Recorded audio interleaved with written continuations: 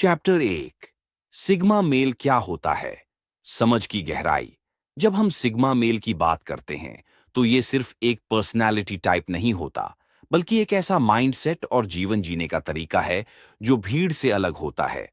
Sigma male वो इंसान होता है जो न तो अल्फा की तरह हमेशा स्पॉटलाइट में रहना चाहता है और न ही बीटा की तरह बस किसी के पीछे चलने वाला होता है। वो अपने अंदर की ताकत को समझता है, अपनी पहचान खुद बनाता है और भीड़ के दबाव से मुक्त रहता है।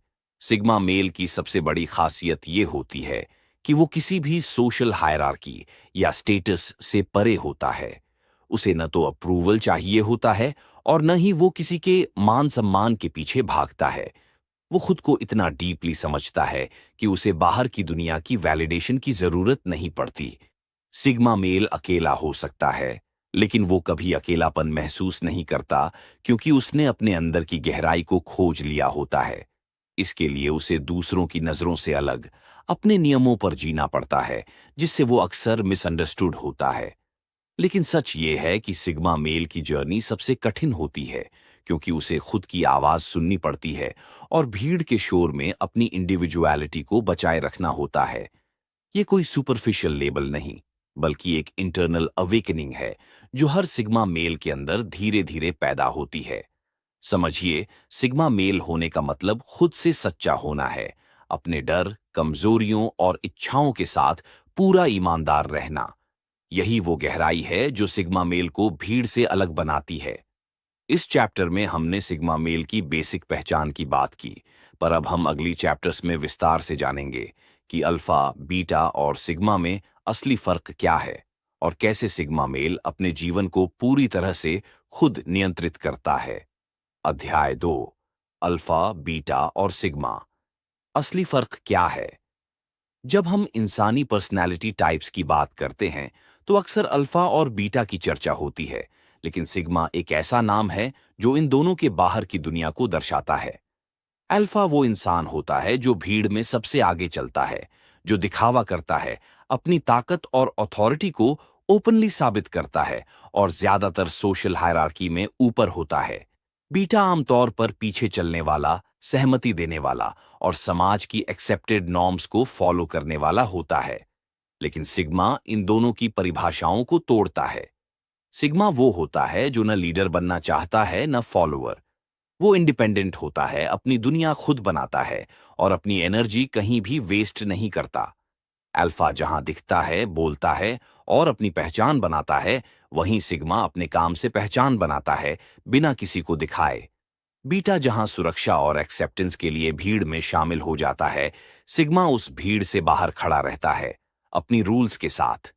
इसीलिए सिग्मा मेल को अक्सर लोनर कहा जाता है, लेकिन असल में वो एक ऑब्जर्वर होता है जो भीड़ के डायनामिक्स को समझता है और अपनी स्ट्रैटेजी के हिसाब से चलता है। सिग्मा की ताकत उसकी अडेप्टेबिलिटी और सेल्फ अवेयरनेस में होती है।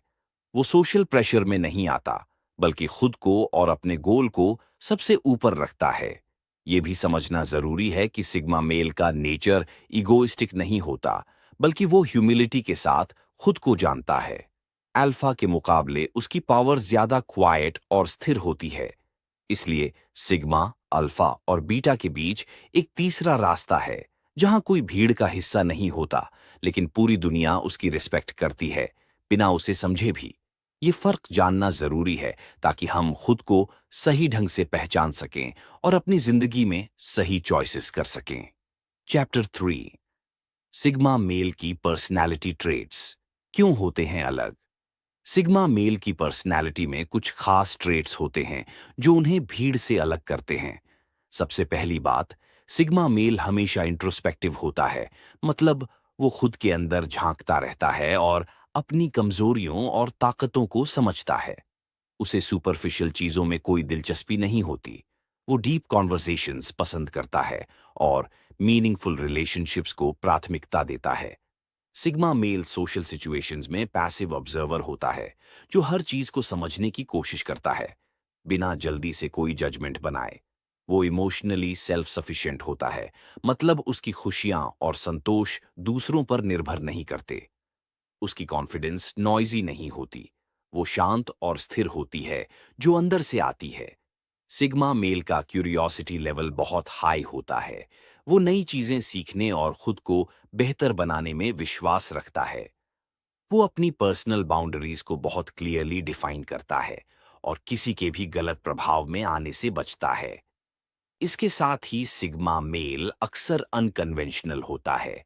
वो ट्रेंड्स या सोशल नॉर्म्स के पीछे नहीं चलता, बल्कि खुद के प्रिंसिपल्स पर जीता है। इसीलिए उसे अक्सर अलग थलग समझा जाता है, लेकिन वो अपने आप में खुश रहता है।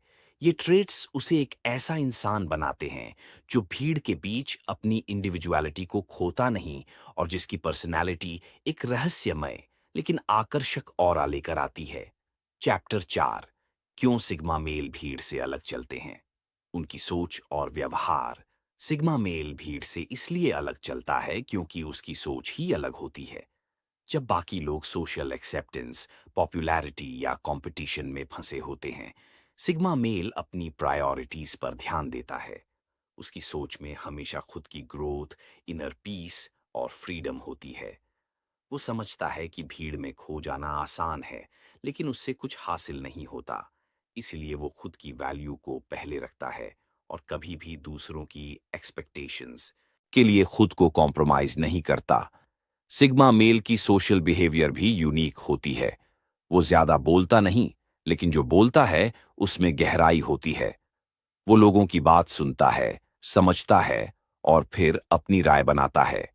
सिग्मा मेल का एक बड़ा गुण है कि वो किसी भी सोशल सिचुएशन में खुद को एडजस्ट कर लेता है, लेकिन उसमें भी वो अपनी ऑथेंटिसिटी खोता नहीं। भीड़ की एनर्जी में वो बहता नहीं, बल्कि अपनी रिदम पर चलता है। ये कारण है कि सिग्मा मेल को लोनर समझा जाता है, लेकिन असल में वो सोशल मास्टरमाइंड होता है जो अपने रूल्स के साथ दुनिया में जीता है। चैप्टर 5, कैसे पहचाने खुद को सिग्मा मेल। आत्मनिरीक्षण। अगर आप ये सोच रहे हैं कि क्या आप सिग्मा मेल हैं, तो सबसे जरूरी बात है खुद से सचेत होकर सवाल पूछना। सिग्मा मेल होने की पहचान सरफेस पर नहीं होती, बल्कि अंदर के विचारों और भावनाओं में छुपी होती है। क्या आप भीड़ में रहकर भी खुद को अलग महसूस करते हैं? क्या आपको अपनी खुशियों के लिए दूसरों की अप्रूवल की जरूरत नहीं पड़ती? क्या आप ज्यादा बोलने से ज्यादा सुनना पसंद करते हैं? क्या आप खुद की ग्रोथ और समझ को सबसे ज्यादा महत्व देते हैं? अगर इन सवालों के जवाब हाँ हैं, तो ये संकेत हैं कि आप सिग्मा मेल हो सकते हैं। सिग्मा मेल वो होता है जो खुद की दुनिया खुद बनाता है, जो दिखावे से दूर रहता है और जो अपनी आंतरिक शांति के लिए लड़ता है। लेकिन ये भी समझना जरूरी है कि सिग्मा मेल बनना कोई ओवरनाइट प्रोसेस नहीं है। ये एक यात्रा है जो समय और सेल्फ अवेयरनेस से होती है। इसलिए अपने आप को जानने के लिए ईमानदार रहना सबसे पहला कदम है। चैप्टर 6, सिग्मा मेल बनने के लिए जरूरी माइंडसेट और हैबिट्स। सिग्मा मेल बनने के लिए सबसे जरूरी है एक खास माइंडसेट जो कि सेल्फ रिलायंस, डिसिप्लिन और ऑथेंटिसिटी पर टिका हो। इसका मतलब यह है कि आपको अपनी जिंदगी के हर फैसले में खुद जिम्मेदारी लेनी होगी, चाहे वो करियर हो, रिलेशनशिप्स हो या पर्सनल ग्रोथ।